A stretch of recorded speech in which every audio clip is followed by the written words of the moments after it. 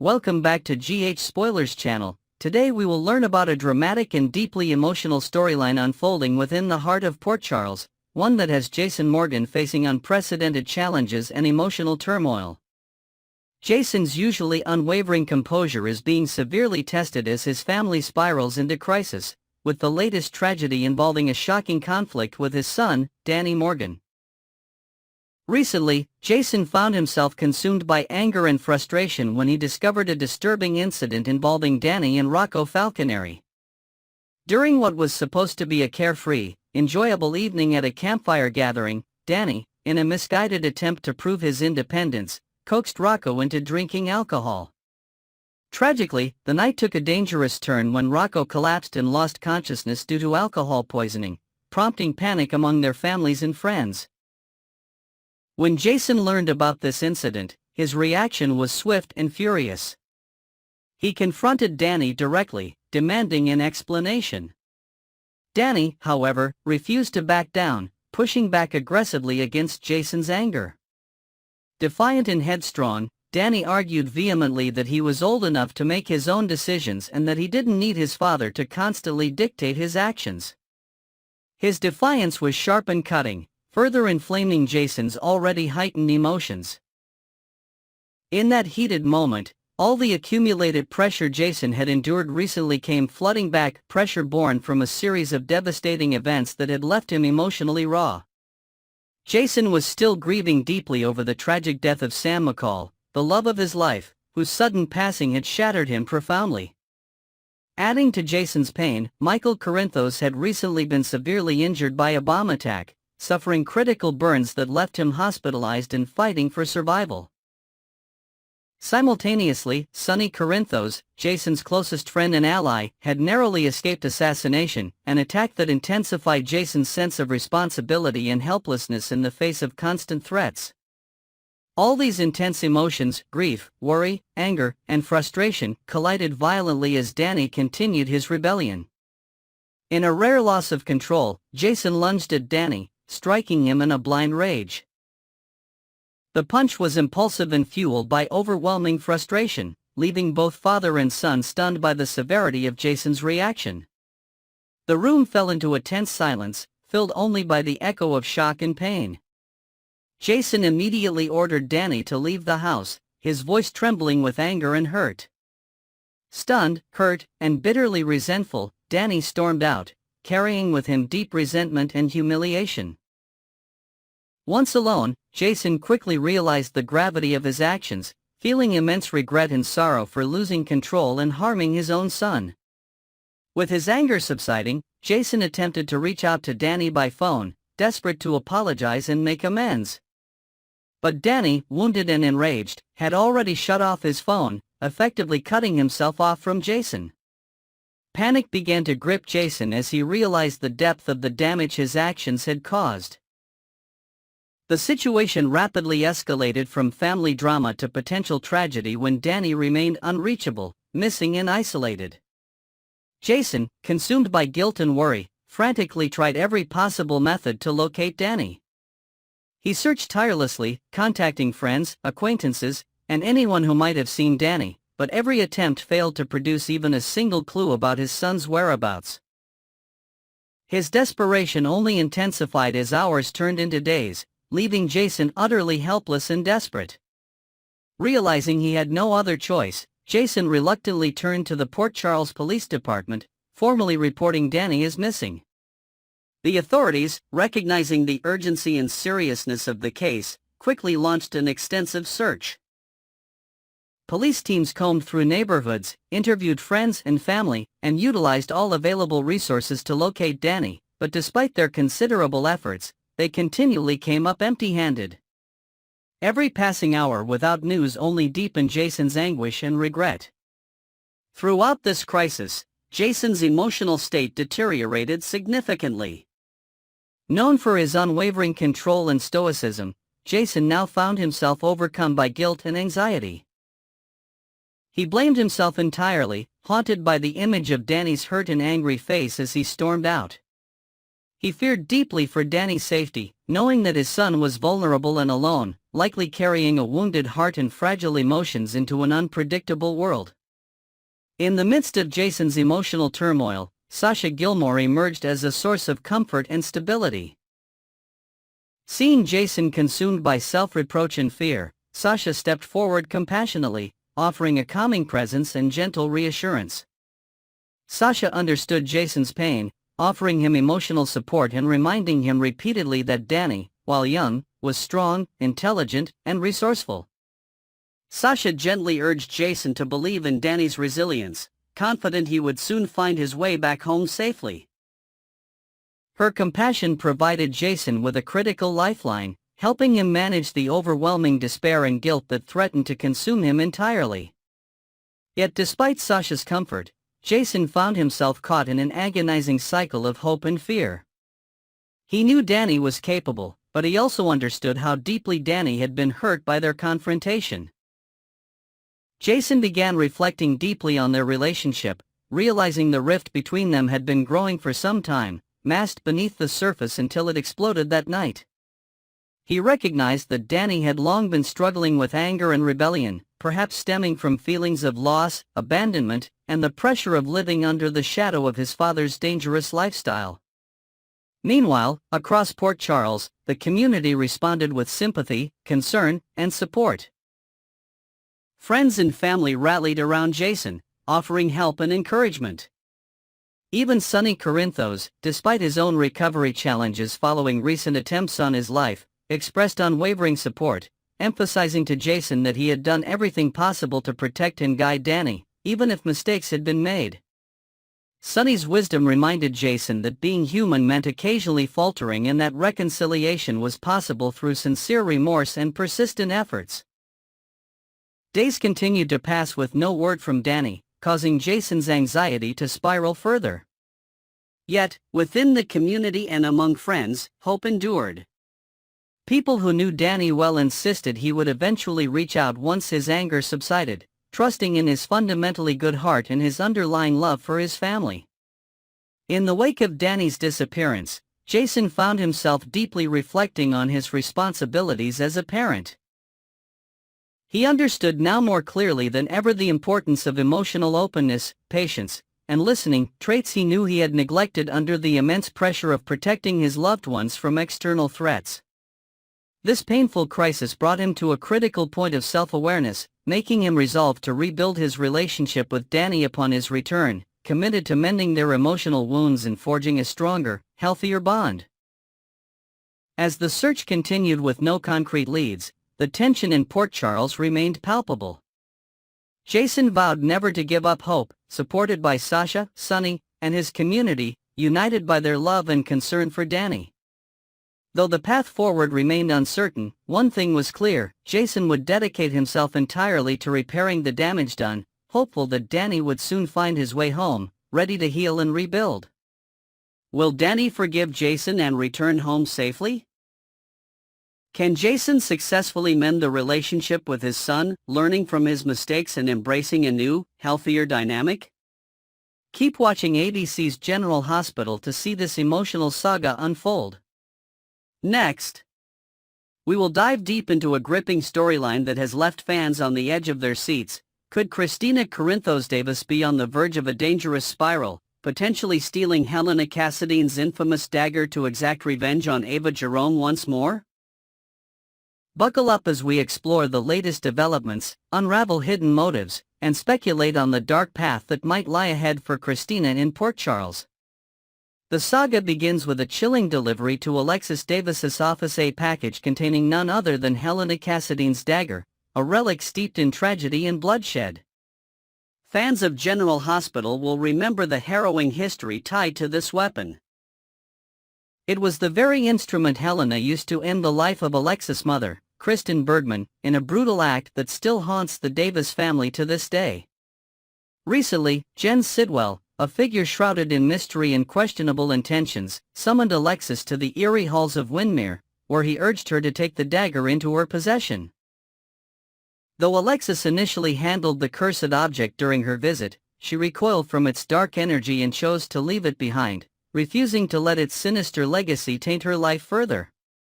At the time, many speculated that Sidwell might be orchestrating a scheme to frame Alexis, possibly using her fingerprints on the dagger as evidence in a twisted plot. However, the narrative has taken a dramatic turn. Sidwell's decision to send the dagger directly to Alexis' workplace, accompanied by a note claiming he couldn't bear to keep such a malevolent artifact, raises red flags. Is this truly an act of conscience, or is Sidwell toying with Alexis, delighting in the psychological torment of reminding her of her family's painful past? Perhaps his motives run even deeper. Could he be hoping to ignite chaos by placing this weapon of destruction within reach of someone as volatile as Christina? Speaking of Christina Corinthos Davis, her emotional state remains a ticking time bomb, ready to detonate at the slightest provocation. While she currently remains unaware of the blackmail scheme Ava Jerome has ensnared Alexis in, the truth is a wildfire waiting to spread. Alexis has been walking a tightrope, desperately shielding her daughter from the harsh reality of Ava's manipulations. When Christina and her sister Molly Lansing Davis confronted Alexis about leaked documents suggesting a plan to have Christina committed to a psychiatric facility, Alexis opted for silence rather than disclosure. Yet, this secret is too explosive to remain buried forever. Alexis' intentions were never malicious. She considered institutionalization purely as a legal maneuver to protect Christina from the consequences of her reckless actions. Let's not forget the catastrophic incident that set this chain of events in motion: Christina's attempt to sabotage Ava's car by cutting the brakes, an act of vengeance that went horribly awry when Rick Lansing and Elizabeth Baldwin became the unintended victims of a near-fatal crash. This reckless decision showcased Christina's dangerous impulsivity, a trait that seems to define her approach to conflict. As the layers of deception peel away, the inevitable moment when Christina learns of Ava's blackmail looms large. When that day comes, will the revelation serve as a wake-up call, or will it be the spark that ignites an even more destructive vendetta? Christina's reaction to her mother's protective measures paints a troubling picture of her mindset. Her fury over Alexis' contemplation of psychiatric intervention reveals a profound lack of self-awareness and accountability. Rather than reflecting on the gravity of her attempt to harm Ava, an act that could have resulted in multiple deaths, Christina seems to view herself as the victim in this twisted narrative. Her indignation suggests she hasn't internalized the severity of her choices, nor has she fully relinquished her obsession with making Ava pay for perceived wrongs. The showrunners have dropped subtle but persistent clues that Christina's grudge against Ava is far from over. Despite her own proclamations of moving on, her history of impulsive behavior tells a different story. Could this unresolved rage, combined with the discovery of Ava's blackmail, push Christina to a breaking point? The presence of Helena's dagger, now tantalizingly close within Alexis' office, adds a layer of foreboding to this already volatile situation. Might Christina, in a moment of unhinged desperation, snatch the dagger as her instrument of revenge, seeing it as a symbolic way to strike back at those who have wronged her family? Meanwhile, Ava Jerome's dismissive attitude toward the warnings she's received only heightens the tension. After Rick cautioned her about the lingering threat Christina poses, Ava scoffed, seemingly underestimating the depth of Christina's resentment. This cavalier approach could prove to be a grave miscalculation. Ava's history in Port Charles is riddled with enemies, and her knack for survival often stems from her cunning ability to anticipate danger. Yet, in this instance, her confidence borders on arrogance. Does she truly believe Christina lacks the resolve to strike again, or is she so consumed by her own schemes that she's blind to the storm brewing on the horizon? If Christina does indeed arm herself with the dagger, Ava may find herself unprepared for the ferocity of the attack. The dagger, with its cursed legacy, could become the ultimate tool in Christina's quest for retribution, turning a personal feud into a deadly confrontation that echoes the darkest chapters of Cassadine history. Beyond the immediate threat to Ava, this storyline underscores a deeper, more heartbreaking reality: Christina is in dire need of professional help. Her actions, fueled by rage and a refusal to confront her own mistakes, point to underlying mental health struggles that cannot be ignored. The writers seem to be steering her character toward a reckoning, potentially at Ferncliff, the psychiatric facility that has housed many of Port Charles's most troubled souls over the years. Such a development could serve as a turning point for Christina, offering her a chance to confront her demons and embark on a path to healing. However, the road to Ferncliff is paved with danger, and the question remains: will Christina's journey there be prompted by a tragic act of violence, or can those around her intervene before she crosses an unforgivable line? The dagger, sitting ominously in Alexis' office like a Pandora's box waiting to be opened, symbolizes the potential for catastrophe. Its very presence tempts fate, whispering promises of revenge to a young woman already teetering on the edge. Next, we will uncover the thrilling twists and dramatic turns coming up in the week of May 5, 2025, on your favorite ABC soap opera. From life-altering decisions and mysterious offers to tense confrontations and shocking revelations, Port Charles is gearing up for an unforgettable week. Join us as we dive into the latest spoilers, unpack hidden motives, and explore the intricate web of relationships and scandals that promise to keep fans glued to their screens. Kicking off the week, Brad Cooper finds himself at a crossroads, poised to make a decision that could redefine his future in Port Charles. In a gripping sneak peek for Monday's episode, Brad is seen striding into Portia Robinson's office with a determined glint in his eye, intent on settling an old score or claiming what he believes is owed to him. This isn't just a casual visit. Brad's actions hint at a deeper agenda, possibly tied to the explosive secret surrounding Drew Kane's recent drug test results. With undeniable proof that he was dosed with ketamine, Drew is inching closer to exposing the culprits behind this betrayal, namely Portia and Nina Reeves. Both women stand to lose everything if their roles in the scheme come to light. Portia, in particular, faces the collapse of her medical career and even her personal freedom, as tampering with someone's health in such a malicious way could lead to severe legal consequences. Desperate to protect themselves, they may resort to extreme measures, placing Brad in an agonizing predicament. Will he be coerced into covering for them, or could this confrontation push him to take a stand that alters his path forever?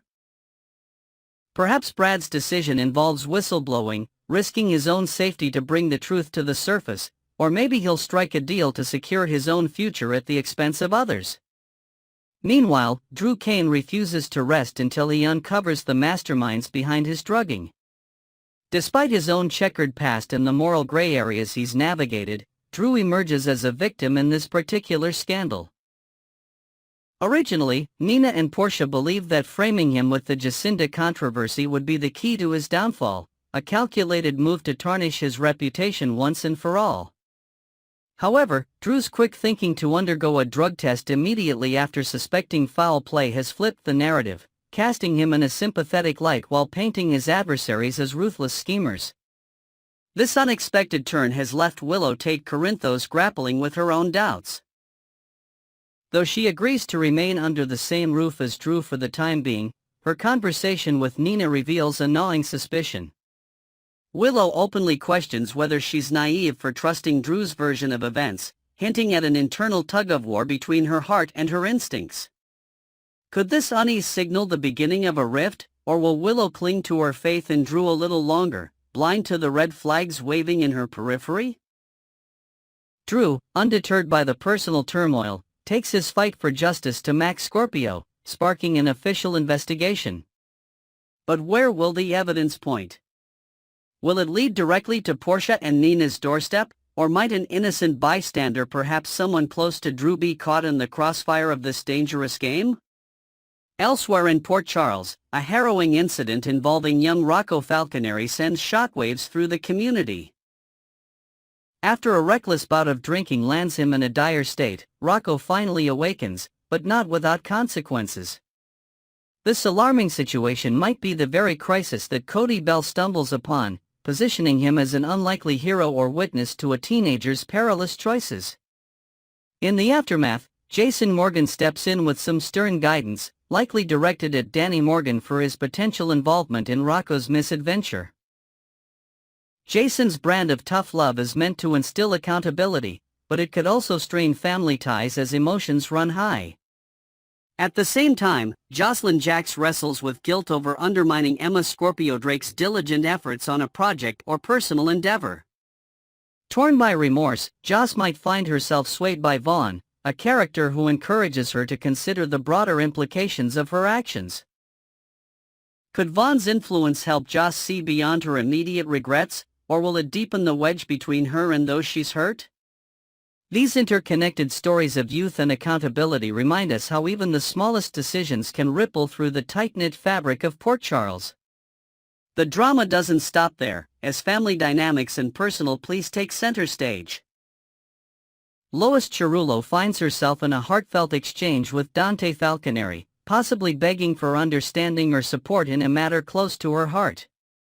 Her emotional appeal could tie into larger family tensions, leaving viewers wondering if Dante will stand by her side. Later in the week, Brooklyn Quartermain is left utterly perplexed by an unexpected development, perhaps a revelation or betrayal that shakes her to her core. By Friday, Brooklyn and Harrison Chase seek counsel with Alexis Davis, hinting at a legal or personal quandary that requires expert advice.